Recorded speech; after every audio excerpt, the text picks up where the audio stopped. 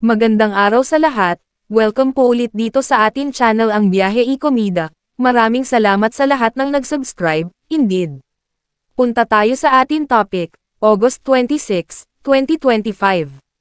Nagbigay pahayag si OJ Diaz kaugnay sa kumakalat na balita tungkol sa umano'y hiwalayan o cool-off ng aktor na si Gerald Anderson at aktres na si Julia Barreto.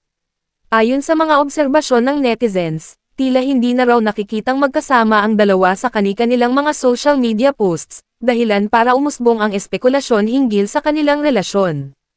Ha? Totoo ba yan? Na-cool off daw yung dalawa, ani OJ sa pinakabagong episode ng kanyang Showbiz Update channel. Dagdag pa niya, nasabi ng kanyang source na, tanong mo na lang OJ kung cool off sila.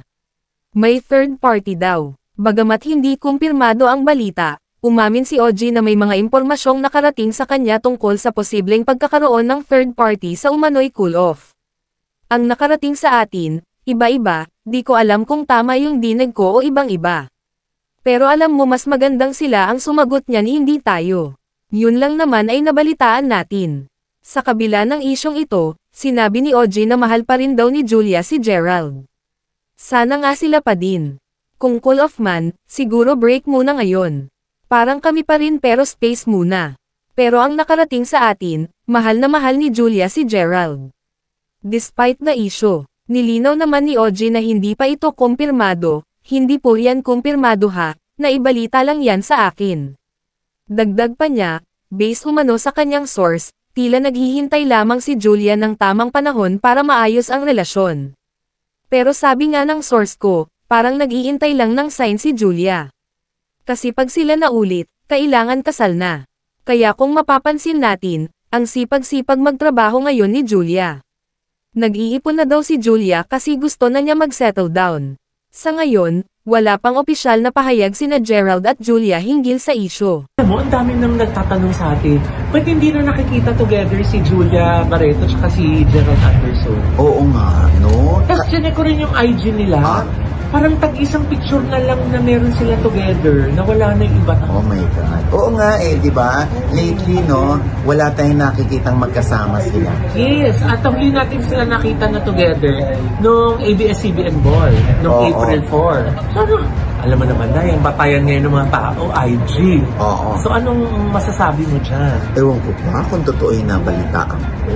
Ay, nabalitaan ko lang naman na hindi, ito na nga. Oo. Gaano katotoo. Tatanong na rin natin kasi siyempre, ayaw naming maniwala. Lalo na ako ayaw ko maniwala kasi nakikita si Gerald at si Julie, sila yung future eh. Parang sila pa rin yung ending. Pero yung nabalitaan ko, sabi ko, ha, totoo ba yan? Sabi ko galing sa source ko, na cool off daw yung dalawa. Ano ba ibig sabihin pag cool off? Sila pa rin, pero wag muna ngayon tayo magkita, ganon? Parang recess muna, ganon. Break muna.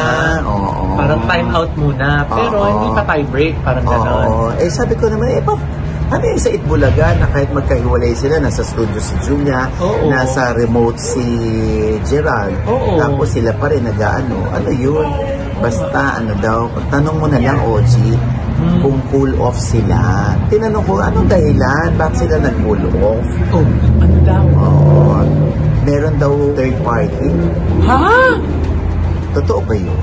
Hindi, tinatanong nga natin sa kanila kung totoo na may third party. Sino naman daw yun, Nay? Yung ba yung nababalitang si Gigi Delana? Di ba sabi mo hindi yung totoo? Ako naman, ang luma-luma na ng Gigi Delana. Oo, hindi, third party. Ang nakarating sa akin, ang sabi iba-iba. Ay? Iba-iba. Hindi ko alam kung tama din ko, iba-iba o ibang-iba. Pero alam, mas magandang sila sumagot. Hindi tayo. Yun lang na may nabalitaan natin. Patuloy na bisitahin ang website ng kami para sa kabuuan ng artikulo. At panoorin ang buong video sa OJ Diaz Showbiz Update YouTube channel, at huwag kalimutan mag-subscribe. E-click ang link sa description box. At yan ang ating latest Showbiz Chika update for today. Huwag kalimutan mag-subscribe, click the notification bell for more Showbiz Chika updates, like and share the video at suportahan po ang ating Facebook page. Maraming salamat sa lahat ng nag-subscribe indeed. Magandang buhay sa lahat, adios!